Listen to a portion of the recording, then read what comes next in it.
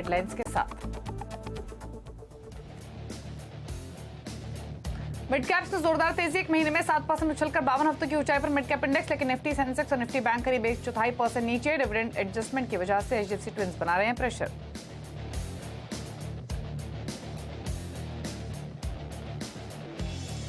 PSU bank index में लगातार तेजी का चौथा दिन, सभी 12 के 12 स्टॉक्स में मजबूती। UCO, Indian bank, Canara bank में 2 से 3% का उछाल।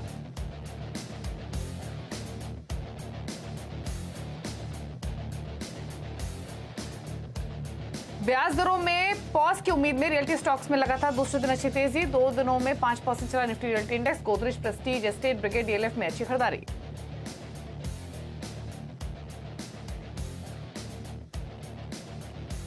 विंडफॉल टैक्स घटकर 0 होने से ओएनजीसी और ऑयल इंडिया में एक्शन, दोनों करीब 2% ऊपर। एचओएसी में भी तेजी के साथ कारोबार।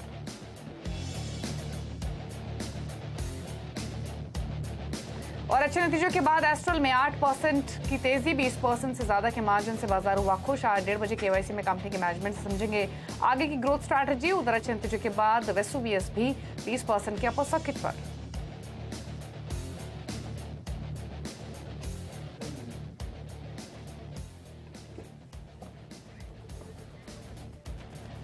आप देख रहे हैं मिड कैप मंत्रा, और मिड कैप्स में तो एक्शन है ही, भले ही आपको फ्रंटलाइन इंडेक्सेस थोड़े से दबाव में दिखाई दे। हालांकि आज हर इंडेक्स की मूवमेंट आपको अलग दिखेगी। निफ्टी प्रेशर में है, 18,350 के लेवल्स को होल्ड कर रहा है, लेकिन 40 अंकों की कमजोरी है। निफ्टी बैंक भी 40 अंक नीचे ही है, लेकिन निफ्टी के मुकाबले बेटर प्लेस्ड है, एक रेंज में वहां पर ट्रेडिंग होते हुए देख रहे हैं। निफ्टी हालांकि आपको दिन के लोअर लेवल्स पे दिखाई देगा। अगर आप सुबह से अब तक की परफॉर्मेंस देखें, सेंसेक्स में भी थोड़ा सा प्रेशर है। मिड कैप्स शाइन कर रहे हैं, आज अपनी ही चाल चल रहे हैं। 228 अंकों पर मिड कैप इंडेक्स कर रहा है ट्रेड, 0.1% की मजबूती। काफी सारी पॉकेट्स आपको दिखाई देंगी जहां पर तेजी आज के सेशन में बनी हुई है। लेकिन फटाफट से समय के संकेतों को समझते हैं, उसके बाद स्ट्रैटेजीज आपके लिए लेकर आएंगे। और पहले नजर आ लेते हैं विदेशी बाजारों के क्यूज पर। एशियन मार्केट्स की ओर रुख करते हैं, जहां पर एशियन मार्केट्स आपको मिक्स दिखाई देंगे। निक्केई 0.1% ऊपर है, कॉस्पी फ्लैट है, लेकिन हैंगसेंग शंघाई में थोड़ा प्रेशर आज के सेशन में देखने को मिलता है। निक्केई और ताइवान के बाजार तेजी के साथ कर रहे हैं ट्रेड। अमेरिका के फ्यूचर्स देखेंगे तो यहाँ थोड़ी सी नरमी दिखेगी, 74 अंक नीचे है डॉ फ्यूचर्स, और नेस्डैक का फ्यूचर 3 अंक नीचे है। तो नेस्डैक का फ्यूचर तो फ्लैट है, लेकिन डाउ फ्यूचर्स में 1/4% की कमजोरी देखने को मिल रही है। तो ऐसे में अब तक भारतीय बाजारों में क्या हुआ है, बाजार की बड़ी बातें आपके लिए लेकर आते हैं। और निफ्टी दिन के लोअर लेवल्स के आसपास थोड़ा कमजोर, 40 अंकों की गिरावट देखने को मिल रही है।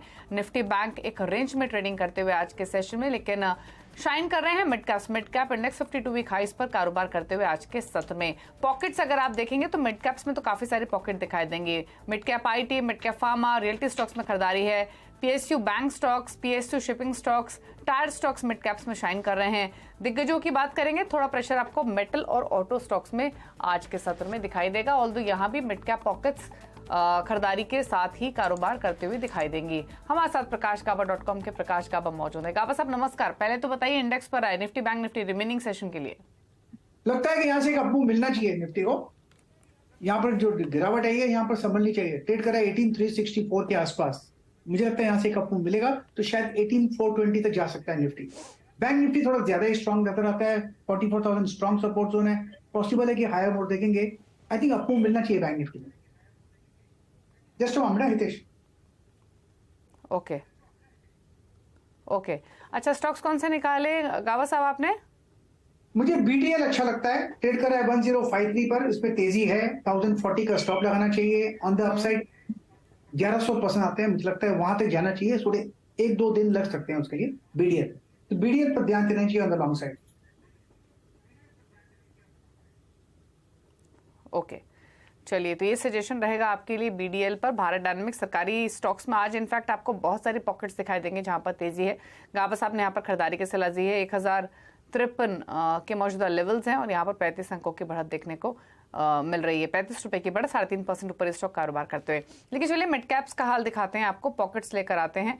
और पॉकेट्स के हिसाब से सबसे पहले नजर डालेंगे एनबीएफसीज पर, जहां पर बाइंग है। LIC housing finance, Manappuram finance, GIC housing, and then Ujjivan. ये स्टॉक्स है जहां पर 2.5% से लेकर 3.5% की तेजी आपको देखने को मिलेगी। इंश्योरेंस स्टॉक्स में खरीदारी, न्यू इंडिया एश्योरेंस, जीआईसीडी तेजी में आज कारोबार करते हुए यहाँ पर 4-5% के अप मूव्स हैं। 5.5% से ज्यादा की बढ़त न्यू इंडिया एश्योरेंस में देखने को मिल रही है। सरकारी शिपिंग स्टॉक्स देखिए, Mazagon dock, Cochin shipyard, Garden Reach ship builders, यहाँ पर 8% तक की तेजी। मैसगांव डॉक 8% ऊपर, कोचिन शिपयार्ड में 3.5% का मूव, गार्डनरी शिप बिल्डर्स भी सिमिलर तेजी दिखा रहा है। टायर स्टॉक्स में खरीदारी है, सीएट एक आउट परफॉर्मेंस दिखाते हुए, सीएट के अलावा JK tyre, Apollo tyre, TVS Shri Chakra यहाँ पर तेजी है। 4.5% ऊपर सीएट का स्टॉक कारोबार कर रहा है। फार्मा में Aurobindo pharma, Sequent Scientific, Dishman pharma, Laurus Labs ये तेजी के साथ कारोबार करते हुए दिखाई देंगे। यहाँ पर 5.5% का मूव औरोबिंदो फार्मा में, लॉरस लैब भी 2.5% ऊपर है, सीक्वेंट साइंटिफिक 8.5% ऊपर और डिशमैन में 4.5% की तेजी देखने को मिल रही है। आईटी स्टॉक्स यहाँ भी मिड कैप स्मॉल कैप्स में बाइंग है। बिरला सॉफ्ट 7.5% ऊपर, सोनाटा सॉफ्टवेयर 4.5% ऊपर है, कोफोज में 2% का मूव ऑलमोस्ट और टाटा एलेक्सी 1% की मजबूती के साथ कर रहा है ट्रेड। गावा साहब, सीएट पर आपकी राय, स्टॉक पर हमने लगातार चर्चा की है, आज भी 4.5% ऊपर, आप क्या व्यू है इन लेवल से? बिल्कुल अच्छा लगता है सीएट, मुझे बाई मोड पर है, मोमेंटम है सीएट में। 1800 में स्ट्रॉन्ग सपोर्ट जोन है, पॉसिबल है कि 2000 के टारगेट देखेंगे आते दिनों में। वहां पर भी रिसेंट हाई हमने देखा है और एक बार वहां चला जाएगा तो फिर हायर जोन देखेंगे। फिलहाल यस 2000 पॉसिबल, थोड़ा स्ट्रेच है बट 2000 पॉसिबल यस। ओके, तो यहाँ पर आप देखेंगे सीएट चल चुका है, स्ट्रेच लग रहा है, लेकिन अभी भी यहाँ पर स्ट्रेंथ देखने को मिल सकती है। अच्छा, फार्मा में गावा साहब, औरोबिंदो फार्मा या डिशमन फार्मा ये स्टॉक्स आपको कैसे लग रहे हैं, अच्छी स्ट्रेंथ दिखा रहे हैं? औरोबिंदो फार्मा मेरा फर्स्ट स्टॉक था सुबह क्विक सिंगल्स में और उसका टारगेट भी अचीव हो चुका। अब भी इसमें अपमूव है औरोबिंदो फार्मा में, इसमें तेजी काफी है तो मेरे ख्याल से ले सकते हैं, लेकिन स्टॉक थोड़ा डीप होगा, लेकिन अपमूव ऑन है औरोबिंदो फार्मा में। ओके, ठीक है। औरोबिंदो फार्मा में अपमूव ऑन 650 रुपए पर ट्रेड करते हुए दिन के ऊपरी सिरों पर यहाँ पर तेजी है। अच्छा, आईटी में एक स्टॉक पर राय लेंगे गावा साहब की और यह है टाटा एलेक्सी। गावा साहब, एक बार स्टॉक को देखिए क्योंकि इसने भी पिछले हफ्ते कंसिस्टेंट स्ट्रेंथ दिखाई है और एक लगातार तेजी दिखाने के बाद एक करेक्शन और अब वापस चलना शुरू हुआ ये स्टॉक। 7128 के लेवल्स, क्या व्यू? टाटा एलेक्सी मुझे अच्छा लगता है, बेस बना हुआ है, बेस के बाद एक ब्रेकआउट मिला और ब्रेकआउट के बाद मिला है। 7129 पे ट्रेड कर रहा है, पॉसिबल है कि 7200 भी देखने को मिल सकते हैं आते दिनों में यस। स्टॉप होगा करीब 7050 पर टाटा एलेक्सी। ओके, चलिए, टाटा एलेक्सी अच्छा लग रहा है, तो खरीदारी की पोजीशन से तो होल्ड कर सकते हैं। लेकिन अब बात करेंगे अर्निंग्स की। बर्जर पेंस के नंबर्स पर फोकस करते हैं। चौथी तिमाही में बर्जर पेंस ने ठीक ठाक नतीजे पेश किए हैं। रेवेन्यू वॉल्यूम में 11% ज्यादा की बढ़ोतरी हुई है, हालांकि एक मुश्त घाटे के चलते मुनाफे में 16% की कमी आई है। नंबर्स पर बातचीत करने के लिए कंपनी के एमडी और सीईओ अभिजीत रॉय हमारे साथ मौजूद है। अभिजीत जी नमस्कार, स्वागत है आपका। तो अगर इस क्वार्टर के हम नंबर्स देखें, मार्जिन पर थोड़ा सा प्रेशर दिखा है और अगर आप पीयर्स के मुकाबले कंपेयर करें तो बर्जर पेंस के वॉल्यूम भी थोड़े से स्लो रहे हैं। क्या रही है की हाईलाइट्स इस क्वार्टर की? तो अगर हम हमारी जो फोर्थ क्वार्टर के रिजल्ट देखें तो उसमें ग्रॉस मार्जिन अच्छा रहा, मतलब जो रेंज है 38 to 40% के बीच में, वहाँ पे हम अपना परफॉर्मेंस उसी हिसाब से रहा है। इनफैक्ट 39 प्लस पे था। जो ऑपरेटिंग प्रॉफिट है यानी कि एबिटा जो कहा जाता है, उसमें थोड़ा से बढ़ोतरी और हो सकता था। इसमें दो कारण था, आपने जैसे बताया, थोड़ा सा एडवर्टाइजमेंट कॉस्ट थोड़ा सा ज़्यादा था एज अ ग्रोथ। इसलिए था क्योंकि पिछला साल इसी Q4 में हमारी एड कॉस्ट थोड़ा कम रहा। हमने उसके हिसाब से इस साल जो है Q4 में नॉर्मलाइज एडवर्टाइजमेंट स्पेंडिंग था तो थोड़ा ज्यादा स्पेंड हो गया परसेंटेज के हिसाब से देखें तो जो हमारा ओवरहेड्स था वो थोड़ा बढ़ गया था क्योंकि दो वन ऑफ एक्सपेंसेस था। एक सांडीला फैक्ट्री जो शुरुआत हुआ है फरवरी से, तो उसमें कुछ एक्सपेंसेस आ गया था। और दूसरा जो था हमारा एक आंध्र प्रदेश स्कूल में हम लोगों ने पेंटिंग किया था, तो उसका थोड़ा सा डिले हो रहा था पेमेंट का, तो एक साल पुराना जो हो गया है पेमेंट, उसका हमने प्रोविजनिंग किया है इस क्वार्टर में। वो पैसा आ जाएगा, मतलब हमारे कुछ सर्टिफिकेशंस लेने का है स्कूल से, हेडमास्टर और असिस्टेंट इंजीनियर लोगों से, तो वो काम जारी है। वो शायद इस क्वार्टर या नेक्स्ट क्वार्टर तक आ जाएगा पैसा। जैसे ही वो आ जाता है तो फिर ये वापस आएगा हमारे पास, ये प्रोविजन जो हमने कर रखा है। तो ये दो कारण से थोड़ा से वो अभी दिख रहा है कि एज ए फिर थोड़ा से कम हुआ है, बट ऐसे कोई कारण नहीं है। ओके, चलिए, अच्छा इसके अलावा यहाँ से आगे का डिमांड सिनेरियो आपको कैसा दिख रहा है, स्पेशली अगर हम टियर 2 सिटीज की बात करें या रूरल मार्केट्स की बात करें, वहाँ कैसे डिमांड ट्रेंड्स फिलहाल दिखाई दे रहे हैं, क्या आउटलुक है? तो वॉल्यूम ग्रोथ काफ़ी अच्छा रहा, very strong volume growth. In fact industry का हाईएस्ट ग्रोथ रहा है हमारा, both in the Q4 and also if you look at it, सारे साल का अगर देखें तो काफ़ी सारा उसमें इनफैक्ट मार्केट शेयर गेन भी हुआ थोड़ा। तो वो वॉल्यूम ग्रोथ जो आया है वो प्राइमरीली 14.5% के करीबन था। और इस साल भर का अगर देखें तो डेकोरेटिव पेंट्स में करीबन 17.5 से 18% था, और ओवरऑल 15.5 के ऊपर था इंडस्ट्रियल को मिला के। अब इस साल जो है अभी तक तो ठीक लग रहा है, अप्रैल सही रहा और मई जून अभी बाकी है, तो फर्स्ट क्वार्टर में तो अच्छा वॉल्यूम ग्रोथ आना चाहिए। ओके, अच्छा इसके अलावा मार्जिन्स की बात करें तो आगे जाते हुए मार्जिन परफॉर्मेंस कैसे रह सकती है, कंसिडरिंग कि आपकी कॉस्ट कम हो रही है, तो मार्जिन्स थोड़े से इंप्रूव होते हुए दिखाई देंगे यहाँ से? बर्जर हम दो ही चीज पे कंसंट्रेट करेंगे, mainly paints, both decorative and industrial. हमारी इंडस्ट्रियल भी काफी स्ट्रांग है, in fact non auto industrial coatings में हम लीडर हैं, प्रोटेक्टिव कोटिंग्स में हम लीडर हैं, कॉइल कोटिंग्स में हम लीडर हैं, जनरल इंडस्ट्रीज में हम लीडर हैं। तो उस कैटेगरी में इंडिया में भी स्कोप है, थोड़ा विदेश में भी स्कोप हो सकता है, उसको देखने के आगे चल के। जो डेकोरेटिव कैटेगरी है उसमें हमारे पास स्कोप काफी है, क्योंकि जबकि हम नंबर 2 है लेकिन गैप बहुत है, तो उसमें स्कोप बनता है ग्रोथ करने का काफी। तो ये हमारी स्ट्रेटेजी मेनली पेंट्स और water proofing and construction chemicals पे रहेंगे, जिसपे हमने 4 साल पहले हमने एंट्री लिया था और काफी जबरदस्त ग्रोथ आ रही है उस कैटेगरी में। तो ये 2 कैटेगरी पे ही हम फोकस अपना रखेंगे। हमें कोई इच्छा नहीं है कि फर्नीचर या फर्निशिंग के इस टाइप की कैटेगरी में घुसने का। ओके, अच्छा एक चीज़ और अभिजीत जी, अगर हम आपके कॉम्पिटिटर्स की बात करें तो काफ़ी एक्सपेंशन उस फ्रंट पे हो रहा है, फिर चाहे वो न्यू होम इम्प्रूवमेंट की बात हो या न्यू प्रोडक्ट्स की बात हो। बर्जर पेंट्स की क्या स्ट्रैटेजी है when it comes to expansion या फिर कस्टमर्स एक्सपीरियंस को और एनहांस करने के लिए क्या तैयारियां हैं आपकी? फिलहाल अभी नेक्स्ट 12 महीने के लिए जो एक्सपेंसेस रहेगा वो नॉर्मल रहेगा, मतलब जैसे थोड़ा बहुत ब्राउनफील्ड एक्सपेंशन जो फैक्ट्रीज में चलते रहता है। नया कोई ग्रीनफील्ड एक्सपेंशन प्रोजेक्ट अभी नेक्स्ट 12 महीने के लिए नहीं है। उसके बाद आगे चल के नेक्स्ट जो पीरियड आएगा, नेक्स्ट 12 to 18 मंथ्स, उसमें पानागर में हमने लैंड ले रखा है, उस पे हमारी फैक्ट्री बनेगी। सो दैट फैक्ट्री वो आ जाएगा आपका 2025 मार्च से लेके जून तक हमारी खत्म हो जाएगी कंस्ट्रक्शन वहाँ पे।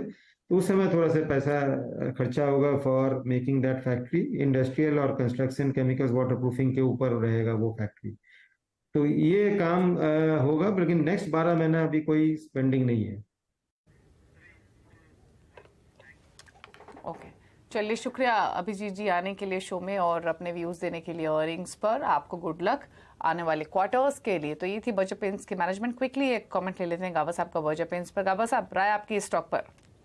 बर्जर पेंट का जब चार्ट देखता हूं तो मुझे लगता है कि लॉन्गर टर्म टाइम फ्रेम में एक लगता है ये बॉटम आउट हो चुका, अपसाइड ऑन है, अब ट्रेड कर रहा है 612। आज थोड़ी गिरावट नजर आती है, नो डाउट अबाउट इट, लेकिन लोअर लेवल पे सपोर्ट है करीब 600 के आसपास, 590 के आसपास। यहाँ से फिर अप मूव मिलना चाहिए बर्जर पेंट्स में। ओके, चलिए आगे बढ़ेंगे। कुछ खबर आपको बताते हैं। एक्सपोर्टर्स के लिए राहत की खबर है। सरकार जल्द ही इंटरेस्ट इक्वलाइजेशन स्कीम के तहत बकाया करीब 2500 करोड़ रुपए जारी कर सकते हैं। इस स्कीम के तहत एक्सपोर्टर्स को प्री शिपमेंट और पोस्ट शिपमेंट पर बैंकों से कर्ज लेने पर ब्याज दरों में 3% तक की छूट मिलती है। और डिटेल्स के साथ आलोक प्रियदर्शी हैं। आलोक, बताइए क्या डिटेल्स हैं, कब तक एक्सपोर्टर्स को बकाया पैसा मिल सकता है, बताइए। बिल्कुल, देखिए जो बैंक की ऊंची दरें, बैंक के ब्याज की ऊंची दरें और साथ ही साथ जो ग्लोबल डिमांड में गिरावट की वजह से जो इस वक्त एक्सपोर्टर परेशान हैं, उनके लिए काफ़ी अच्छी खबर है। CNBC आवाज़ को सूत्रों से जानकारी मिली है कि सरकार एक्सपोर्टरों का इंटरेस्ट इक्वलाइजेशन स्कीम के तहत पिछले 2 साल से बकाया करीब 2500 करोड़ रुपया जारी कर सकती है। जो हमें सूत्र बता रहे हैं कि वाणिज्य मंत्रालय ने इसे लेकर वित्त मंत्रालय से बातचीत की है, बैठक की है और इसमें वित्त मंत्रालय ने इस अमाउंट के लिए 2500 करोड़ रुपए के लिए सहमति भी दे दी है। अब इस अमाउंट पर जो आखिरी फैसला होगा वो कैबिनेट की बैठक में होगा। कैबिनेट की बैठक के बाद ही इस पैसे को जारी किया जाएगा। दरअसल थोड़ी सी स्कीम के बारे में बता दूं कि जो एक्सपोर्टर्स होते हैं उन्हें जब एक्सपोर्ट करना होता है तो उसे बैंक से जो कर्ज लेते हैं उस दौरान सरकार इस स्कीम के जरिए 2 से 3% की उन्हें राहत देती है। जो बड़े एक्सपोर्टर, लार्ज मैन्युफैक्चरर्स और एक्सपोर्टर्स हैं उनके लिए 412 टैरिफ लाइन पर 2% की छूट मिलती है और एमएसएमई एक्सपोर्टर्स के लिए 3% की सभी टैरिफ लाइन पर छूट मिलती है। ये स्कीम 31 मार्च 2024 तक फिलहाल चल रही है और इसी साल बजट में सरकार ने इस स्कीम के लिए करीब 3,000 करोड़ का एलोकेशन भी किया है। तो कुल मिलाकर ये एक्सपोर्टर्स के लिए अच्छी खबर है जो कि पिछले 2 साल से उन्हें इस स्कीम के तहत बकाया नहीं मिल पा रहा था। ओके, चलिए शुक्रिया आपको आलोक की डिटेल्स बताने के लिए। तो एक्सपोर्टर्स के लिए राहत की खबर और क्योंकि बकाया पेमेंट नहीं हो रहा था तो हम एक्सपोर्ट्स में भी गिरावट देख रहे थे, अब शायद इससे रिलीफ आता हुआ दिखाई देगा। रुक रहे हैं ब्रेक के लिए, ब्रेक के उस पर खिलाड़ी नंबर 1 का अपडेट जल्द वापस आते हैं।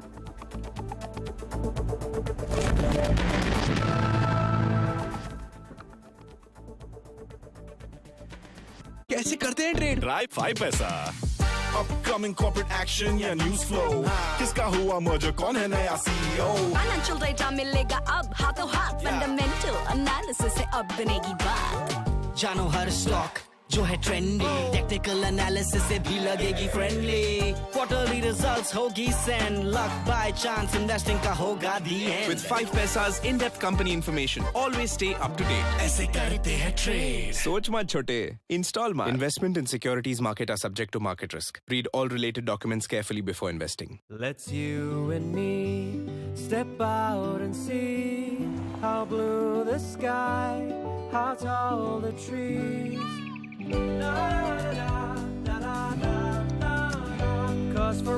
Škoda brings you Kushaq and Slavia, India's safest family cars. Voltas का नया pure air adjustable AC with HEPA filter लाए साफ ठंडी हवा सीधे आपके घर, वो भी 6 एडजस्टेबल टनेज मोड्स में। तो हवा और सेविंग्स दोनों टन-टनाटन। कोच, ये रवि को बाहर छोड़ना सही है? मेरी एनालिसिस कहती है कि सूरज फॉर्म में और अच्छे रिजल्ट्स के लिए फॉर्म देखना जरूरी है, नाम नहीं।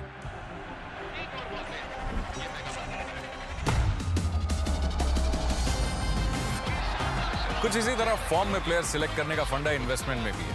वेल्थ क्रिएशन के लिए सैमको पेश करता है इंडिया का पहला एक्टिव मोमेंटम फंड जो स्टॉक सिलेक्ट करे उनके फॉर्म और मोमेंटम पर। म्यूचुअल फंड निवेश बाजार के जोखिमों के अधीन है। योजना से जुड़े सभी दस्तावेजों को ध्यान से पढ़ें। Rajnandini Metal Limited. We are India's leading manufacturer of copper wire rods, fine copper wire and house wire and cables. A name of trust with a legacy of 13 years. Rajnandini Metal Limited. Visit for a live demo of manufacturing and machine tools at India Machine Tool Show, the global marketplace, 18 to 21st May 2023. Pragati Maidan, New Delhi. Register today on www.kdclglobal.com. Organized by K&D Communication. ये snacks enjoy करने का नया तरीका है, smart तरीका है। पर आपको पता है और क्या स्मार्ट है? Investing on angel one, zero brokerage and full convenience. अब तो मैं सिर्फ फूड शेयर करता हूँ, ब्रोकरेज नहीं। Investments in securities markets are subject to market risks. Read all the related documents carefully before investing. Gallant Advanced TMT सरिया, इसकी ताकत बने घर की ढाल और इसकी फ्लेक्सिबिलिटी रखे घर को सॉलिड सालों साल। Gallant Advanced TMT सरिया, निर्माण का रियल हीरो।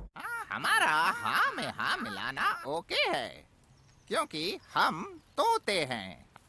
लेकिन आपके वेल्थ मैनेजर को ऐसे नहीं करना चाहिए, पता है ना? चुनिए नुवामा। हम करते हैं वही जो आपके और आपके पैसों के लिए है सही। Nuvama, let's do it right.